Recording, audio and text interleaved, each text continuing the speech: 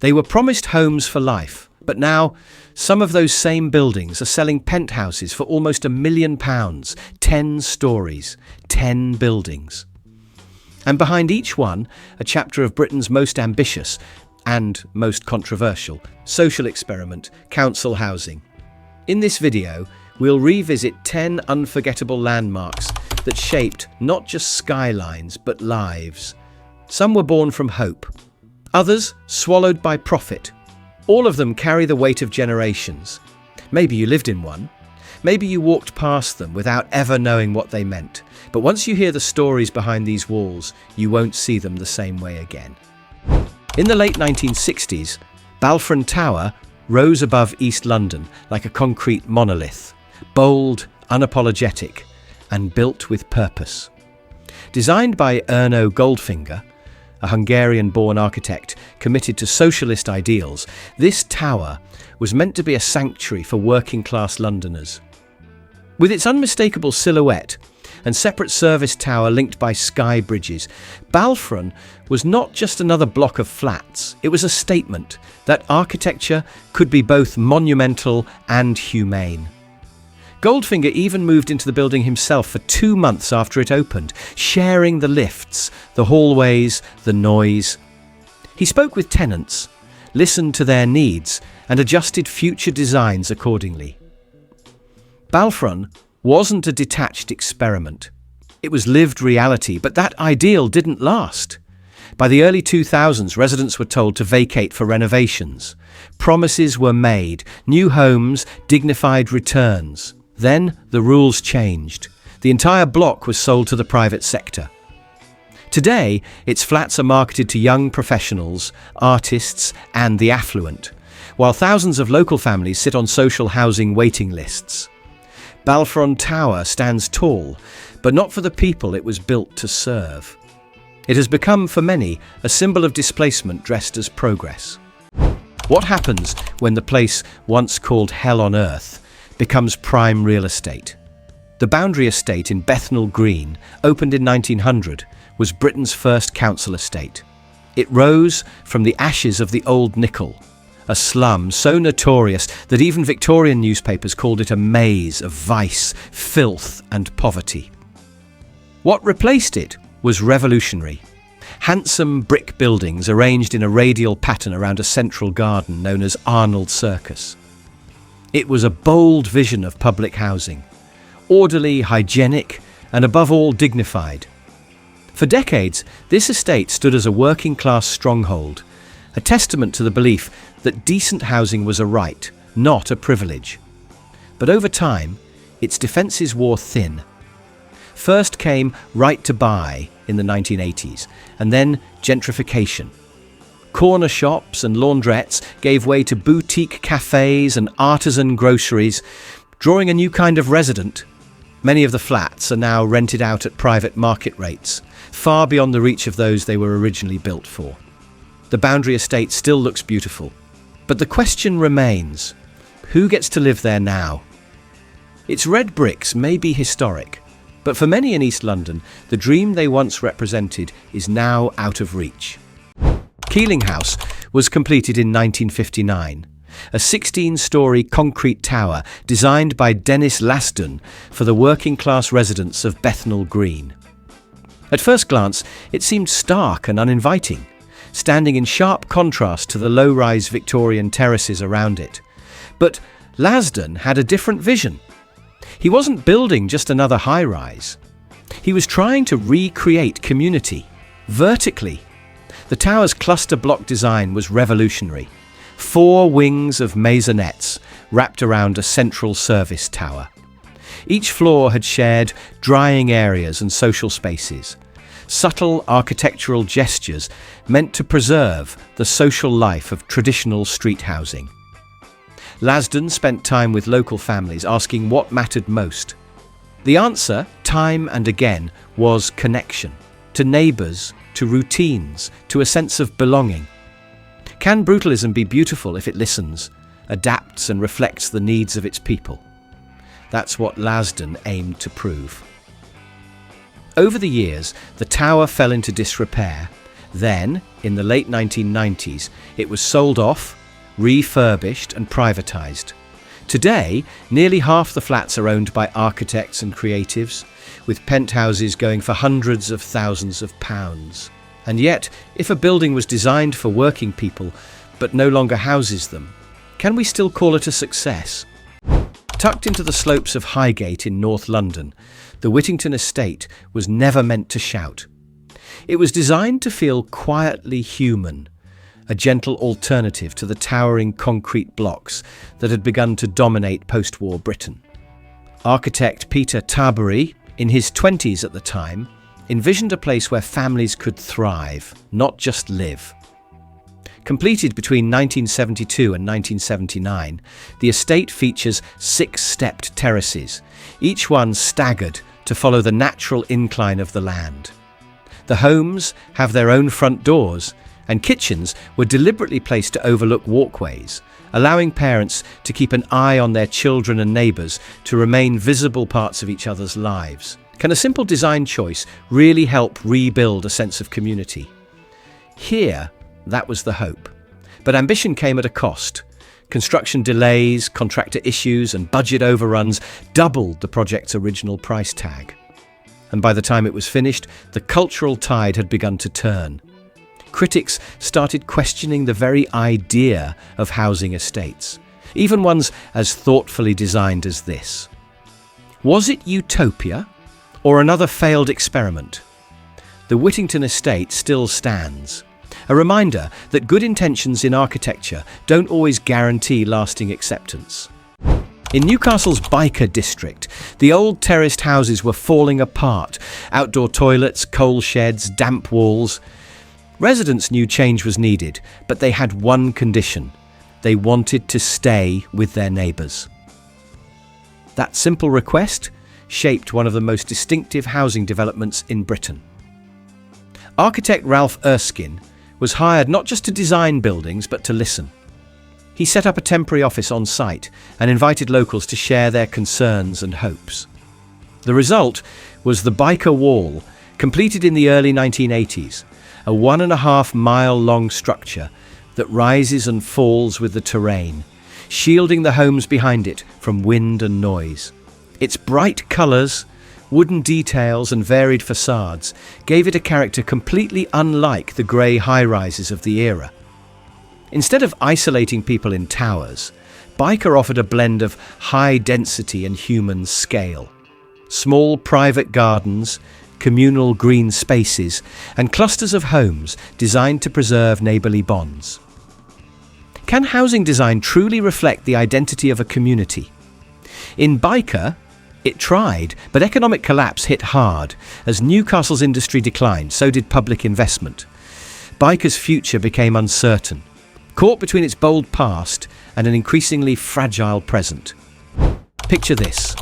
A serene hillside in Roehampton, once covered in Victorian villas and lush trees. Then, in the early 1950s, it becomes the canvas for one of the boldest experiments in modernist housing Britain had ever seen. Welcome to Alton West, where Le Corbusier met the London Borough Council. While its sibling, Alton East, took a softer, Scandinavian-inspired approach, Alton West went full brutalist. 5 monumental slab blocks and 15 tower blocks were laid out dramatically across the landscape, like a futuristic fortress overlooking the parkland below. The design was a direct homage to Le Corbusier's Unité d'habitation in Marseille, but with a British twist. The trees were left standing, the grass rolled on, the concrete absolutely unapologetic. Here's a detail many overlook. Nestled between the concrete giants are low-rise bungalows for elderly residents, placed with care and intention. Alton West wasn't trying to erase the past. It was trying to build a different kind of future, one where modern architecture could serve all generations. But public opinion soured. Over time, brutalism became a dirty word. What was once celebrated as the architectural language of the welfare state became a punchline. Still, Alton West remains standing, not as a ruin, but as a reminder of how daring idealism once shaped ordinary lives. You might not notice it at first. Tucked quietly among the trees in Harlow, the lawn doesn't scream for attention. No bold angles, no sweeping concrete. Just a modest 10-storey block, completed in 1951. But here's the twist. This was Britain's first residential high-rise. In an era still reeling from war, with cities bombed out and housing in short supply, the lawn was both an experiment and a promise. Could building upwards solve the housing crisis? Could modern living fit neatly into a vertical frame? The answer, at least at the time, seemed cautiously optimistic. Designed by Sir Frederick Gibbard, Harlow's master planner, the lawn was intentionally placed in a wooded suburban setting. It wasn't about dominance. It was about coexistence. One curious feature? Each flat had its own private balcony, a detail meant to soften the shift from house to high-rise, offering a slice of sky to each tenant.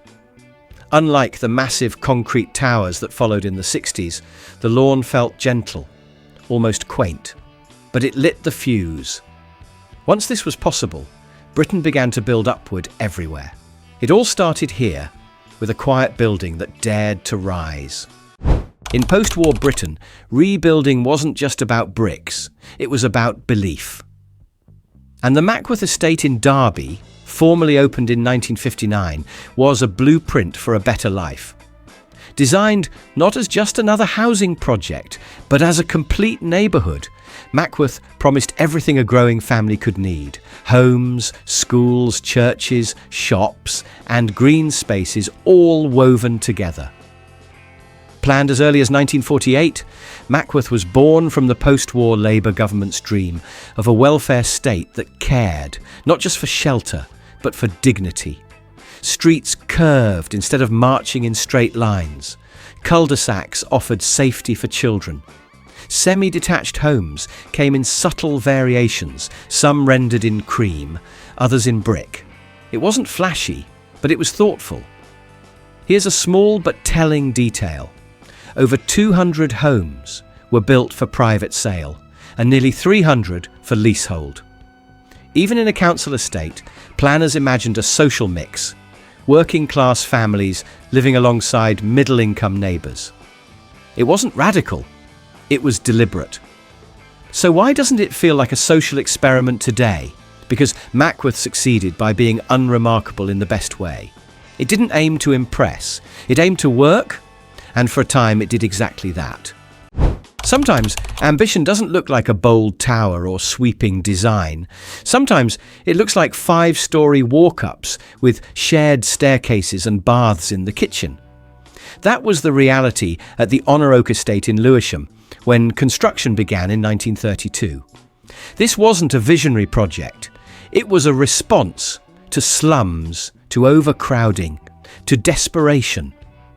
Built to rehouse over 1,000 families, many from crumbling inner-city dwellings, the estate was part of a larger push by the London County Council to tackle the housing crisis head-on. But solving a crisis often means compromise. Honor Oak's blocks were modest: balcony access flats, communal facilities, minimal ornamentation. Some units had shared bathrooms to cut costs. One might ask, how do you provide decent housing when the very people who need it most can barely afford it? The LCC's answer was to lower standards, not out of neglect, but necessity. And yet, despite the stripped-down design, something else took root: resilience. Over the decades, the estate was improved, refurbished, and softened with green spaces and play areas.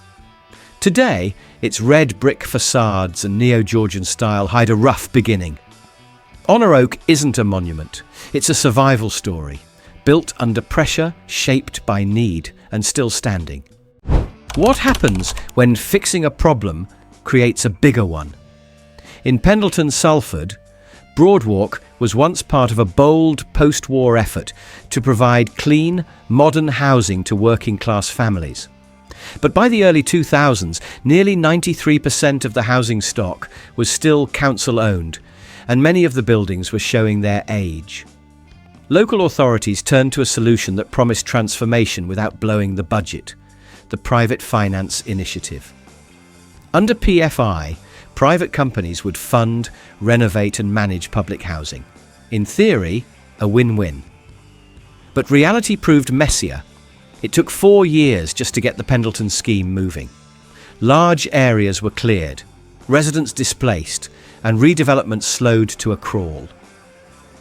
Can you regenerate a neighbourhood when so little of it remains? Critics argue that what followed wasn't revitalisation, which was fragmentation. The numbers tell their own story. Over £4 billion of housing-related debt tied to PFI projects across the country, to be repaid over decades. In Pendleton, the results are still a work in progress. New buildings rise next to empty lots, while uncertainty hangs over much of what was promised. Council housing in Britain was never just about buildings. It was about dignity, security, and the belief that everyone deserved a place to call home. From the hopeful symmetry of the Boundary Estate to the harsh beauty of Balfron Tower, each structure we've seen carries its own legacy of dreams fulfilled and others slowly undone. So what do you think? Should these buildings be preserved as part of our shared social history, or is it time to let them go? And more importantly, can we still imagine a future where housing is treated as a right, not an investment? If you found this video meaningful, give it a like and leave a comment. It helps the YouTube algorithm share it with more people who care about this story too. Thanks for watching. And remember, homes are more than walls. They're memory, community, and the promise of belonging.